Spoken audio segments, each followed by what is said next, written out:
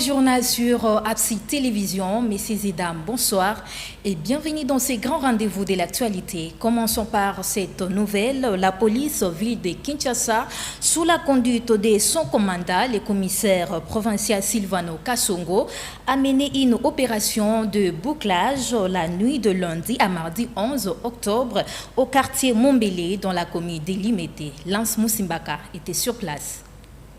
Pas d'entrée, pas de sortie, telle est l'opération qu'a menée la police ville de Kinshasa la nuit de lundi 10 au mardi 11 octobre au quartier Mombélé dans la commune de Limete, avec à sa tête le commissaire provincial Silvano Kasongo, à l'issue de laquelle plusieurs jeunes ont été interpellés. Certains d'entre eux sont bien identifiés comme les Kuluna.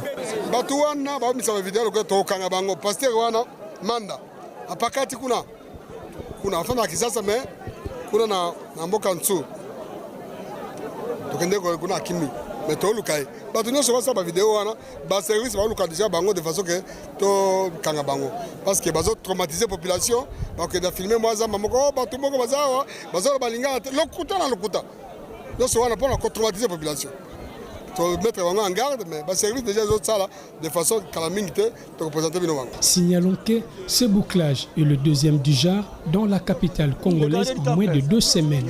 Au moins 460 personnes avaient été interpellées le 30 septembre dernier dans les communes de Lingwala et Kinshasa. Certaines avaient été relâchées et 115 parmi elles avaient été identifiées comme faisant partie des Kuluna.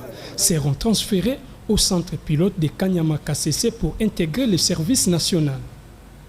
Le président de la République, Félix Antoine Tshisekedi Tshilombo, commandant suprême de FARDC et de la police nationale congolaise, a accordé une audience à la délégation de l'armée rwandaise conduite par le chef d'état-major général sortant de FARDC, le général d'armée Célestin Mbala Muntente, dans le cadre de la coopération militaire entre les deux nations. Suivez.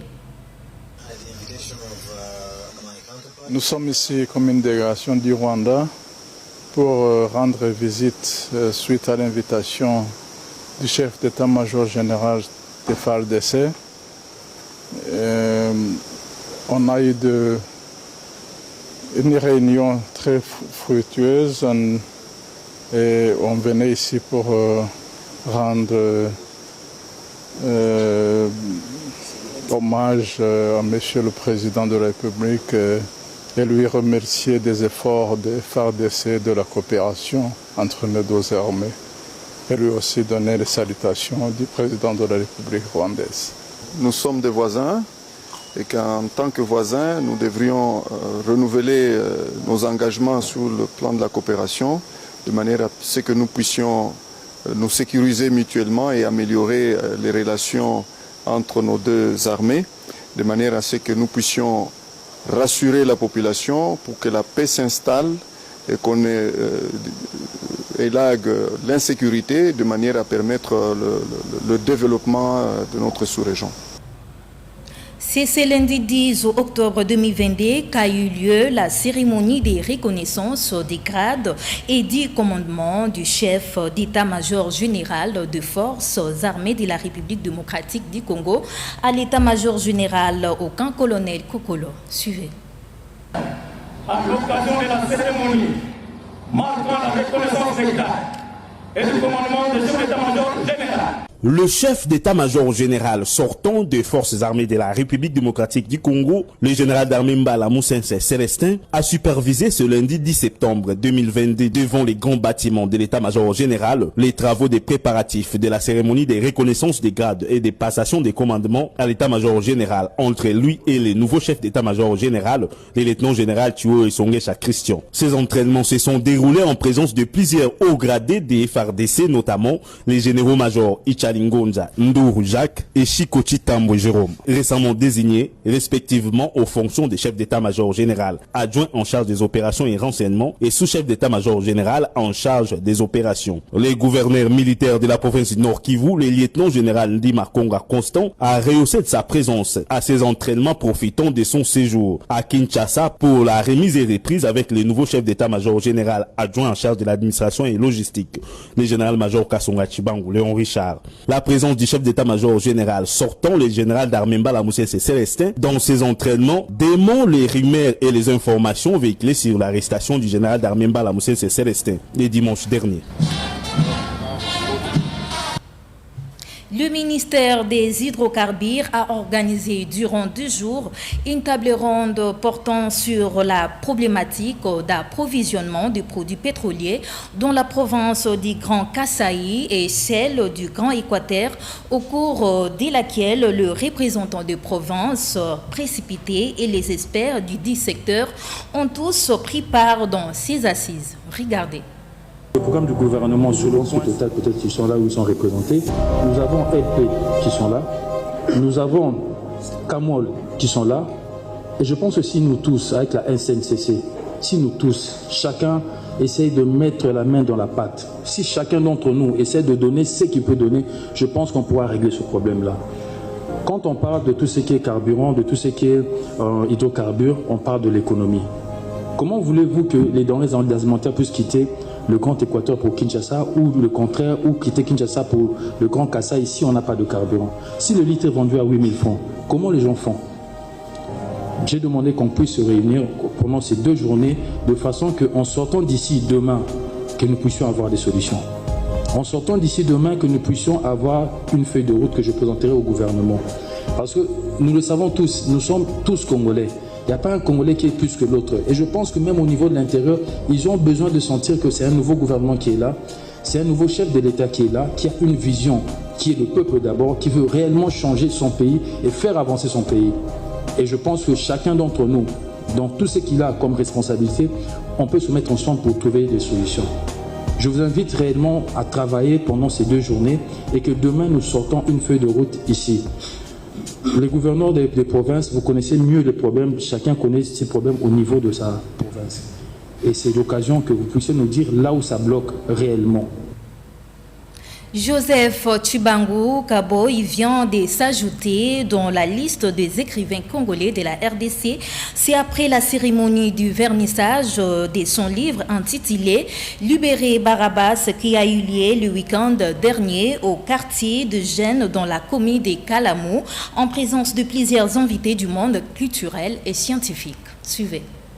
Et je le dis en ma qualité. C'était lors de la cérémonie de vernissage de sa toute première œuvre de l'esprit, le samedi 8 octobre 2022, au carrefour des Gênes dans la commune de Kalamou, que Joseph Tchibangu Kaboy, auteur de l'ouvrage Libérer Barabas, a montré son amour patriotique qui les lie au peuple congolais.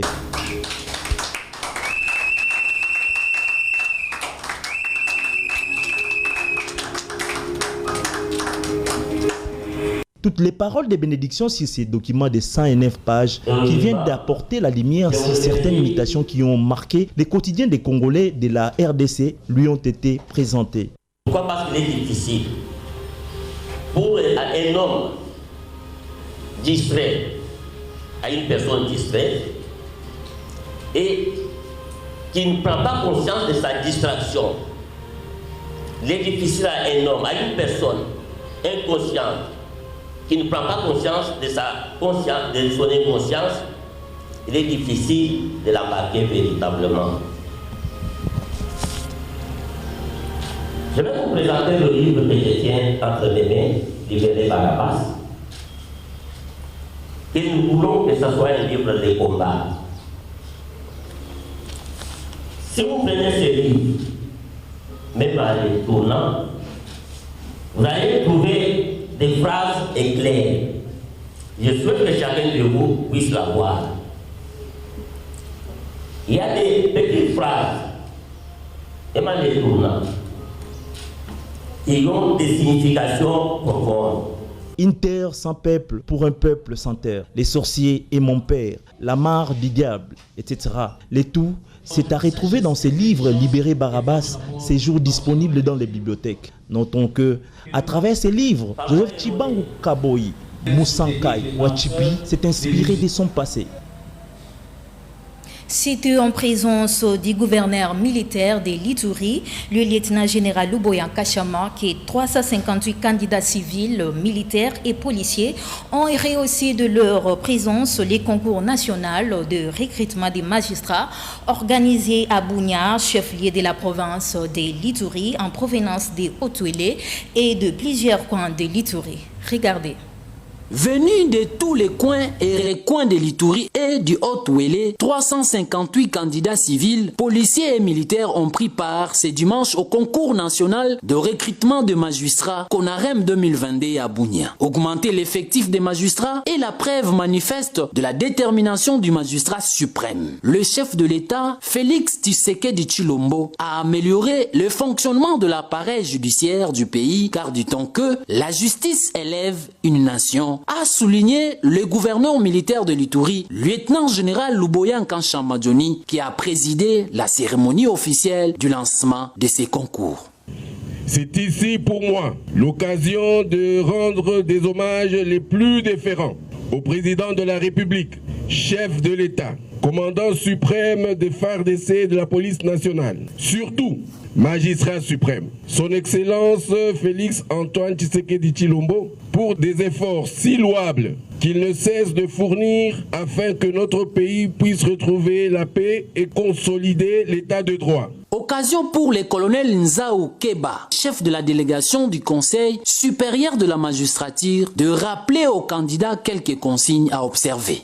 De l'ouverture de malles contenant les items devant le candidat à la distribution de ces items dans la grande salle de l'université de Bunia, le gouverneur militaire, le lieutenant-général Luboyan Kanchamadjoni, juriste de formation, a remercié le commandant suprême pour cette opportunité offerte aux jeunes de l'Ituri et de Haut-Ouélé en particulier et ceux de la RDC en général. Cet examen, moi je suis juriste comme vous le savez, pour le faire ce n'était pas facile. Il y a 30 ans, nous avons terminé.